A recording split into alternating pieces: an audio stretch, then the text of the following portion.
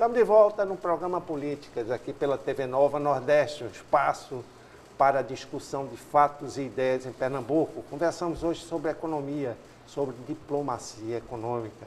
Quem está aqui conosco é o cônsul da Eslovênia, esse pequeno país da Europa Central, que já foi um dia uma das repúblicas da Iugoslávia, só para vocês terem uma referência em relação à situação física desse país. É um país de 2 milhões de habitantes, a metade da nossa região metropolitana, com um padrão de vida altíssimo. Mas voltando à questão deixada no ar no bloco anterior, sobre o tempo de maturação de uma negociação com outro país, o tempo de duração do comércio exterior. Você colocou muito bem e tem que ser reforçado isso todas as vezes que a gente fala de exportação. Vamos pegar um exemplo. A Europa agora está terminando o período verão, né? Então você tem algum produtor que queira exportar para a Europa um produto sazonal que seja utilizado no verão. Você tem que imaginar que ele tem que ter produção e tem que se preparar para que nos próximos 2, 3 anos. Porque o verão de 2018 já está fechado. Provavelmente adquirido, negociado, todo o processo de elaboração de marketing também já está pronto. Então ele tem que imaginar, esse empreendedor, esse produtor que queira exportar, vamos dizer, para a Europa, para o verão, tem que imaginar para 2019, 2020. É nesse tipo de janela que nós temos que trabalhar, pegando esse exemplo específico de um produto utilizado no verão, ou uma bebida, uma alimentação, ou um vestuário. Então, essa preparação é uma mudança de cultura. Nós temos que ter essa visão, porque estudos nós temos uma farta literatura hoje em termos de como exportar. Agora nós temos que criar uma cultura nossa, né, dentro do empresariado, e aí eu sempre lembro que com o apoio do Estado, com políticas de Estado, independente de situações, que dão estabilidade para quem vai exportar e para quem vai importar, quem vai estar comprando os produtos nossos. Eu falo assim, que nós temos que, aos poucos, criar uma marca made em Pernambuco, feito em Pernambuco, para criar valor, para ter valor agregado, né? Exato, é muito importante. E por que não existe essa marca made in Pernambuco? Bom, mas isso é algo que a gente tem que discutir e trabalhar. Eu acho que, recentemente, você sabe muito bem, eu estava na Áustria e na Alemanha, e não faltaram as oportunidades de ver carros produzidos em Pernambuco, né? Carros produzidos pela Jeep, o Renegade, entre outros, né?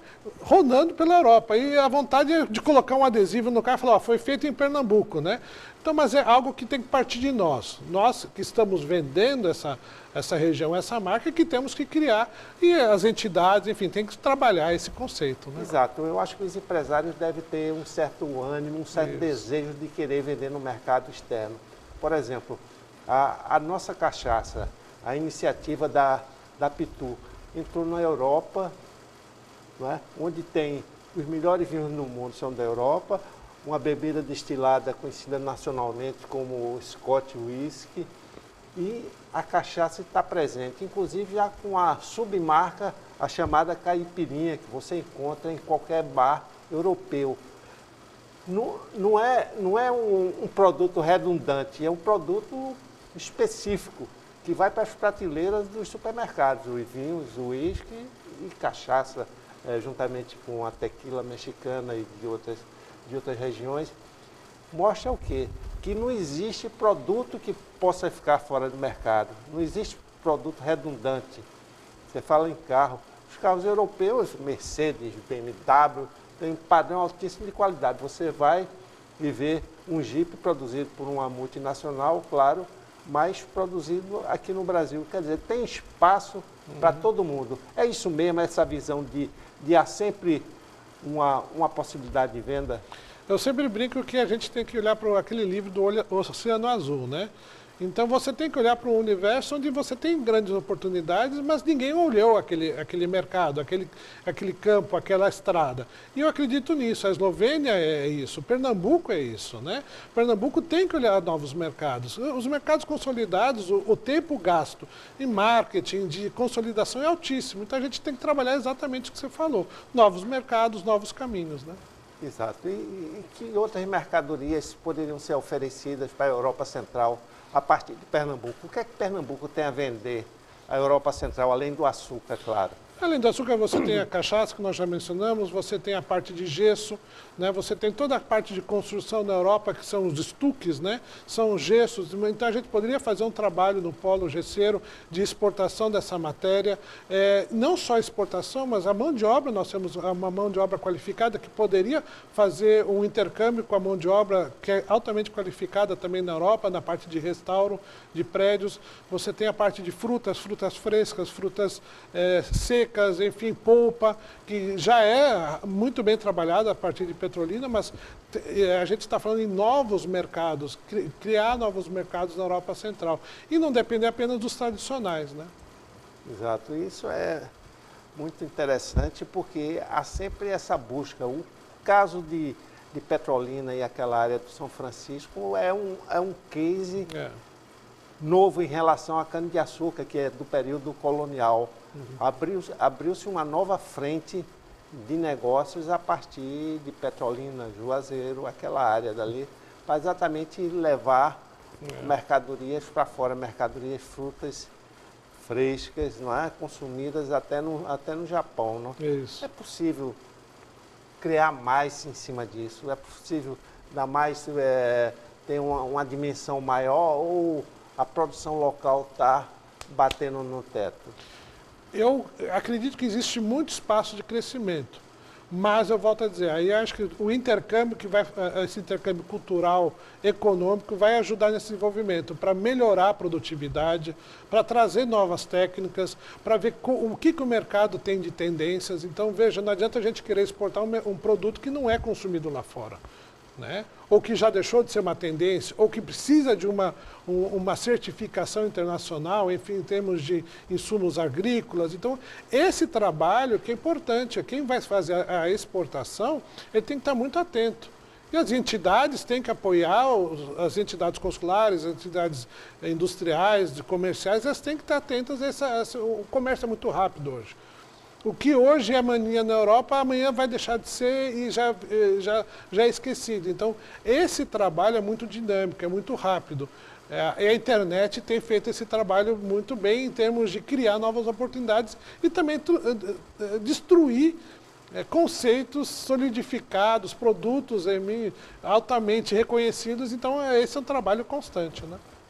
Vocês pretendem fazer seminários para empresários, exportadores, para esclarecer essas oportunidades de negócio? Nós estamos num trabalho, e é importante você mencionar isso, nós estamos no trabalho de iniciar o primeiro, em inglês se chama a palavra think tank. Ou seja, são grupos de pessoas, de entidades que se reúnem para discutir de forma bastante ampla e neutra desafios e soluções. Então, por exemplo, no Nordeste não existia nenhum desses chamados em inglês think tanks. Na Europa, nos Estados Unidos, são entidades totalmente estabelecidas e quando vem... Vou te dar um exemplo muito claro. Há 13 meses atrás, o presidente Macri estava em Washington, sendo recebido pelo presidente Trump. Ele saindo da Casa Branca, ele foi para um think tank, para um grupo desse estratégico, de visão estratégica, para justamente discutir as relações bilaterais. Então, é isso que nós estamos agora terminando a formatação. Nós vamos ter o lançamento em outubro. Em outubro nós vamos estar discutindo duas temáticas, Pernambuco 2035 e o Mundo em 2050. São dois estudos feitos recentemente. O da PwC, que é o 2050, foi lançado agora no primeiro semestre, e 2035 foi um estudo até finalizado na época de Eduardo Campos. Veja, o estudo é bonito, mas ele não tem nenhuma valia se ele ficar no papel. Então, a ideia é nós congregarmos através desse think tank, que vai se chamar IPERID, Instituto de Pesquisas de Relações Internacionais e Diplomacia, que vai agregar justamente essas entidades para fazer esse tipo de discussão também na parte de exportação. A diplomacia que a gente conversou aqui, a diplomacia econômica, é uma visão, é um ramo da diplomacia. Vivemos nos últimos tempos, antes do impeachment da presidente Dilma, uma chamada diplomacia ideológica. E isso misturou ideologia com economia, onde o Brasil financiou obras importantíssimas na América Latina, para o Peru, para a Venezuela, para Cuba. Essa visão ideológica deve persistir entre os cônsules, não é? Tivemos aqui até um consulado da Venezuela que, eu creio, era em Boa Viagem, foi recentemente fechado por conta da crise naquele país. A visão ideológica é uma visão marcante nessa esfera dos negócios internacionais? Existe o viés ideológico, obviamente a gente sabe disso e a gente acompanha isso. Mas eu acredito e a gente vê que os resultados, quando são ligados a uma política de Estado, de bem-estar social, de uma visão maior, ou seja, a diplomacia está trabalhando em cima dos interesses do país e não de uma visão específica. Então o país ele congrega várias visões, né? E o diplomata ele tem que fazer justamente isso, obviamente ligado à visão específica de um presidente, enfim, do reinante ou do presidente do momento, mas a visão ela tem que ser global, de um país e, de preferência, não política, porque aí você tem uma visão de Estado e é justamente o investidor procura isso, uma visão de Estado que não sofra oscilações, né? Exato. No tempo recente houve uma certa prevenção em relação à diplomacia com os Estados Unidos, o vizinho poderoso do norte, com um potencial de negócios imenso, a maior economia do mundo, e foi, de certo modo, até esnobado pelo Brasil. Isso é uma tendência? Isso funciona? Qual o caminho que se deve tomar diante disso da força americana nos negócios? A força americana existe, tem que ser levada em consideração, mas o mercado é dinâmico. E a diplomacia também é dinâmica. Às vezes você faz negócios com o país, às vezes você tem que mudar o teu foco. Então eu acho que esse é o foco e é o que o diplomata tem que ter essa capacidade de visão desse dinamismo. Ou seja, hoje, quem sabe o Mercosul seja o melhor bloco para ser negociado. Amanhã pode ser a América do Norte, o NAFTA, enfim, ou pode ser a União Europeia. Então, essa visão maior e não específica, porque esse ciclo existe, vai sempre existir, e a diplomacia está aí justamente para criar uma situação onde você tem uma estabilidade maior nas relações institucionais entre os países, né?